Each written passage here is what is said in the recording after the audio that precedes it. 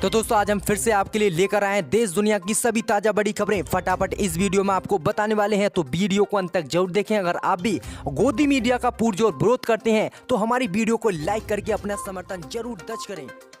इसी बीच बढ़ते दोस्तों अगली बड़ी खबर की ओर। तो केंद्र की मोदी सरकार पर राहुल गांधी का बार, बोले लोगों को नगद सहयोग नहीं देकर देश की अर्थव्यवस्था को बर्बाद कर रही है मोदी सरकार। जहां दोस्तों आपको बता दें कि कांग्रेस के पूर्व अध्यक्ष राहुल गांधी ने एक बार फिर से केंद्र की मोदी सरकार पर गंभीर आरोप लगाया है। वहीं आपको बता दें राहुल गांधी ने कहा कि सरकार कोरोना के संकट के समय लोगों और सूक्ष्म लघु एवं माध्यम उद्योग क्षेत्र की इकाइयों को नगद पैसा नहीं देकर देश की अर्थव्यवस्था को बर्बाद कर रही है। आगे राहुल गांधी ने दावा किया है कि सरकार का ये रुख नोटबंदी 2.0 होगा, जिससे कि नोटबंदी हुई तब देश में आर्थिक गतिविधियों को बहुत परेशानी हुई और देश बर्बादी के रास्ते पर गया। अब मोदी सरकार अगर इनको नगद पैसा नहीं देगी उद्योग धंधों को तो ये भी बर्बाद हो जाएंगे और फिर पहले जैसी स्थिति आ जाएगी। वहीं आपको बता दें राहुल गांधी और कांग्रेस पिछले कई हफ्तों से केंद्र की मोदी सरकार से ये मांग कर रही है कि गरीब मजदूरों और MSME की वित्तीय मदद की जाए। उनका कहना है कि लोगों के खाते में अगले 6 महीने तक 7,500 रुपये प्रति महीना भेजे जाएं, जिससे कि जो व्यक्ति कोरोना संकट में इस समय काम नहीं कर पा रहे हैं उनकी इनसे सहायता हो सके और उनका घर चल सके। लेकिन मोदी सरकार इस बात को बिल्कुल मानने के लिए तैयार नहीं है राहुल गांधी की। इसी बीच बढ़ते दोस्तों अगली बड़ी खबर की ओर। तो सीमा विवाद को लेकर भारत चीन अधिकारियों के बीच बैठक हुई खत्म, नहीं निकला कोई भी नतीजा। चीन ने फिर दी भारत को जंग की धमकी, कहा 1 इंच भी पीछे नहीं हटेगी हमारी सेना। जी हां दोस्तों आपको बता दें कि लद्दाख सीमा विवाद को हल करने के लिए चीन और भारतीय सेना के लेफ्टिनेंट जनरल के अफसरों के बीच बैठक हुई। सूत्रों से मिली जानकारी के अनुसार इस बैठक में भारत को कोई भी बड़ी सफलता नहीं मिली है, लेकिन यह सौहार्दपूर्ण वातावरण में बातचीत हुई है। वहीं आपको बता दें कि भारतीय सेना के लेफ्टिनेंट जनरल की तरफ से चीन सेना से मांग की गई है कि चीन सेना अपनी पिछली स्थिति के पास लौटे और LAC से अपनी सेना को पीछे हटाए। लेकिन चीन की तरफ से साफ कह दिया गया है कि वह सीमा मुद्दे पर बिल्कुल पीछे नहीं हटेंगे और बिल्कुल नहीं झुकेंगे। वहीं आपको बता दें कि चीन की तरफ से कहा गया है कि भारत को सीमा पर अपनी भड़काऊ गतिविधि को तुरंत रोक देना चाहिए और चीन सीमा को सम्मान करना चाहिए, अन्यथा इस गतिरोधक का वास्तविक हल नहीं निकलेगा। वहीं आपको बता दें कि उन्होंने ये भी कहा है कि भारतीय सेना को गलवान घाटी क्षेत्र में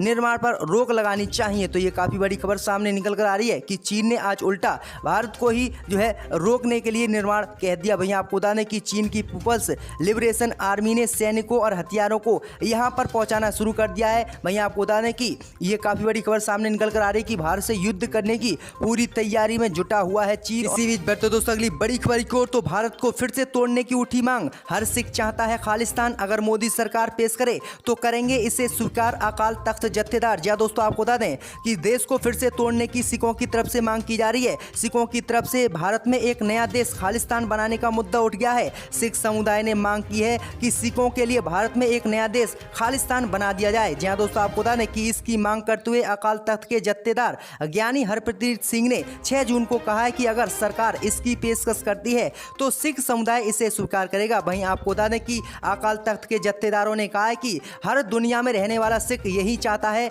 कि सिखों के लिए अलग देश हो और उनका नाम खालिस्तान हो। जी दोस्तों आपको बता दें कि इससे पहले भी खालिस्तान को लेकर मांग उठ चुकी है कि भारत सरकार सिख समुदाय के लिए एक अलग देश दे जिसका नाम खालिस्तान हो। वहीं आपको बता दें कि सिख समुदाय ने कहा है कि जब देश आज़ाद हुआ था तो मुसलमानों को पाकिस्तान के रूप में देश दे दिया गया था, लेकिन सिखों को देश आज़ादी के बाद कुछ भी नहीं मिला। वह भी चाहते हैं कि उनका भी एक अलग देश हो जिसका नाम खालिस्तान हो। तो ये काफ़ी बड़ी मांग की है जो है सिख समुदाय ने। वहीं आपको बता दें कि अकाल तख्त के जत्थेदारों ने इसकी मांग करते हुए ऑपरेशन बुलस्टर के 36 साल पूरे होने पर मीडिया से बात की और उसी में ये मांग उन्होंने उठाई है। देखते हैं कि मोदी सरकार इस पर क्या रिएक्शन देती है।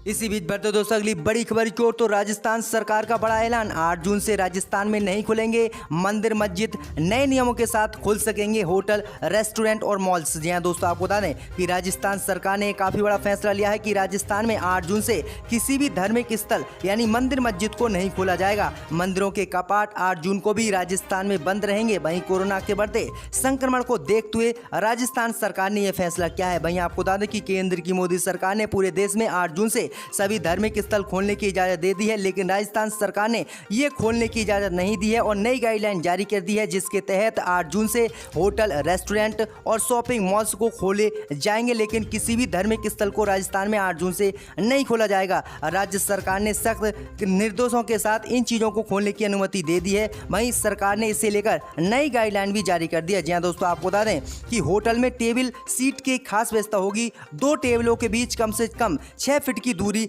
रखी जाएगी। फास्ट फूड एरिया जहां स्टैंडिंग टेबल की व्यवस्था है, वहां पर 8 फीट की दूरी होना जरूरी है। रेस्टोरेंट और होटल के एक टेबल में 2 से ज़्यादा लोगों को बैठने की अनुमति नहीं होगी। वहीं आपको बता दें कि शॉपिंग मॉल्स में सैनिटाइजेशन, थर्मल स्क्रीनिंग के द्वारा केंद्र द्वारा तय किए गए सभी नियमों का सख्ती से पालन कराना होगा और हर किसी व्यक्ति को मास्क जरूर पहनना होगा। लेकिन आपको बता दें कि राजस्थान सरकार ने यह बहुत बड़ा फैसला लिया है कि वहां पर किसी भी मंदिर मस्जिद को 8 जून से नहीं खोला जाएगा।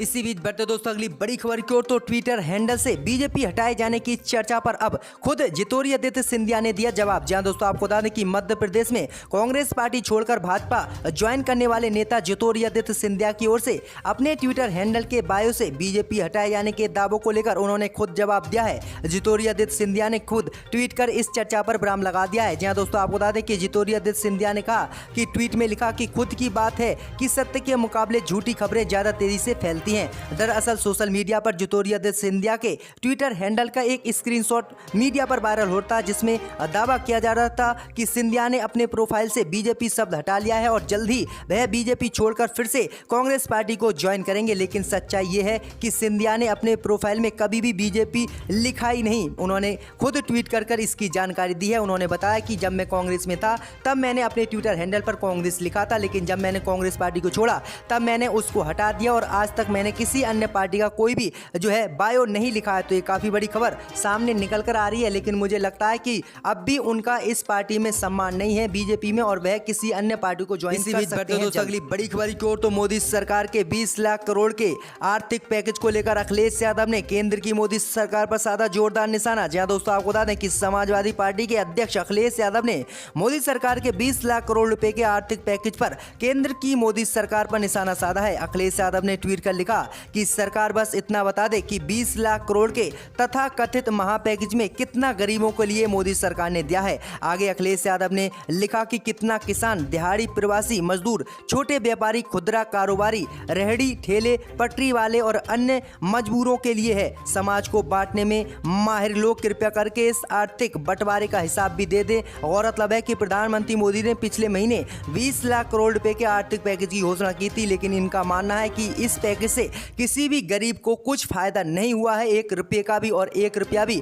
गरीब को मोदी सरकार ने इस लॉकडाउन में नहीं दिया है। इसी को लेकर अखिलेश यादव ने कहा है कि मोदी सरकार बताए कि आखिरकार कितना गरीबों के लिए इस 20 लाख करोड़ के पैकेज से मोदी सरकार ने दिया है। इसी बीच बढ़ते दोस्तों अगली बड़ी खबर की ओर, खबरदार जो राहत कार्यों में ली घूस। ममता बनर्जी ने 3 घंटे की मैराथन मीटिंग में टीएमसी कार्यकर्ताओं और अधिकारियों को पढ़ाया चुनावी पाठ। जहां दोस्तों आपको बता दें कि पश्चिम बंगाल विधानसभा चुनाव से पहले मुख्यमंत्री ममता बनर्जी ने पार्टी नेताओं कार्यकर्ताओं को चुनावी पाठ पढ़ाया है। शाम 3 घंटे चली मैराथन मीटिंग में ममता बनर्जी ने कहा कि कोरोना संकट, अम्फान तूफान और सार्वजनिक वितरण प्रणाली में भ्रष्टाचार करने को लेकर सबको चेतावनी दी है। सीएम ममता बनर्जी ने साफ तौर पर कहा कि खबरदार जो किसी ने भी ऐसे राहत कार्यों में घूस ली तो उनको छोड़ा नहीं जाएगा, चाहे वे अधिकारी हों या पार्टी नेता। उन्होंने साफ कह दिया है कि पार्टी नेता भी अगर इसमें घूस लेते हुए या फिर कोई दलाली करते हुए पकड़े गए तो उनको किसी भी कीमत पर नहीं छोड़ा जाएगा और पार्टी उनके साथ बिल्कुल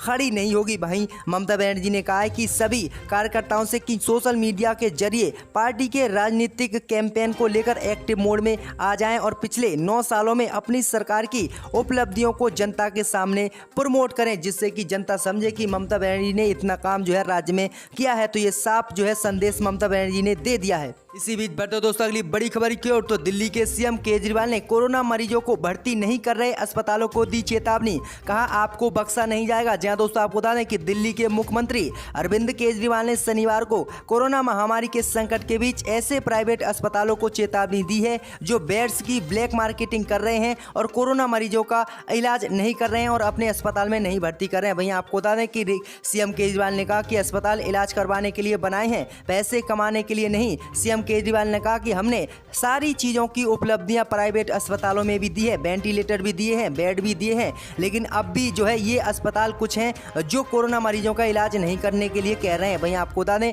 कि सीएम केजरीवाल ने सख्त लहजे में कहा कि दिल्ली के कुछ अस्पताल इतने शक्तिशाली हो गए हैं कि सभी पार्टियों के अंदर उनकी पहुंचे हैं। उन्होंने धमकी दी है कि हम कोरोना के मरीज नहीं लेंगे, जो करना है दिल्ली सरकार कर ले। मैं उनको कहना चाहता हूं कि कोरोना के मरीज तो तुमको लेने पड़ेंगे। जो 2-4 अस्पताल इस गुमान में हैं कि वो अपनी दूसरी पार्टी के आकाओं के जरिए कुछ करवा लेंगे तो वो अपनी ब्लैक मार्केटिंग करेंगे, तो मैं उनको आज साफ चेतावनी देना चाहता हूं कि उनको बख्शा नहीं जाएगा और सबको जेल में डाला जाएगा। तो ये काफ़ी बड़ा बयान जो है सीएम केजरीवाल ने निजी अस्पतालों को दिया है, क्योंकि निजी जो प्राइवेट अस्पताल हैं वह कोरोना महामारी के मरीजों का इलाज नहीं कर रहे हैं और उन्हें अपने अस्पताल में भर्ती भी नहीं कर रहे हैं। इसी बीच बढ़ते दोस्तों अगली बड़ी खबर की ओर, क्या सिद्धू करेंगे आम आदमी पार्टी को ज्वाइन? पंजाब सीएम अमरिंदर सिंह ने दिया बड़ा जवाब। जहां दोस्तों आपको बता दें कि कांग्रेस नेता नवजोत सिंह सिद्धू के आम आदमी पार्टी ज्वाइन करने की अटकलों को पंजाब के मुख्यमंत्री कैप्टन अमरिंदर सिंह ने सिरे से खारिज कर दिया है।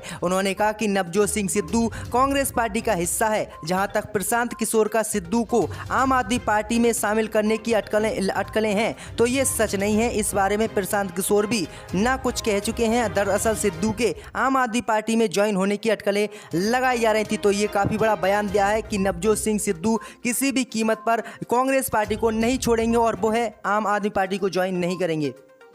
और खास तौर से हम तमाम सियासी पार्टियों के अराकीन को इस बात का नोटिस लेना चाहिए और ख्याल रखना चाहिए कि इख्तिदार हमेशा किसी पार्टी के पास नहीं रहा। जैसे अंग्रेजी में कहते हैं कि पावर इज नॉट इटर्नल। आज अगर हम कोई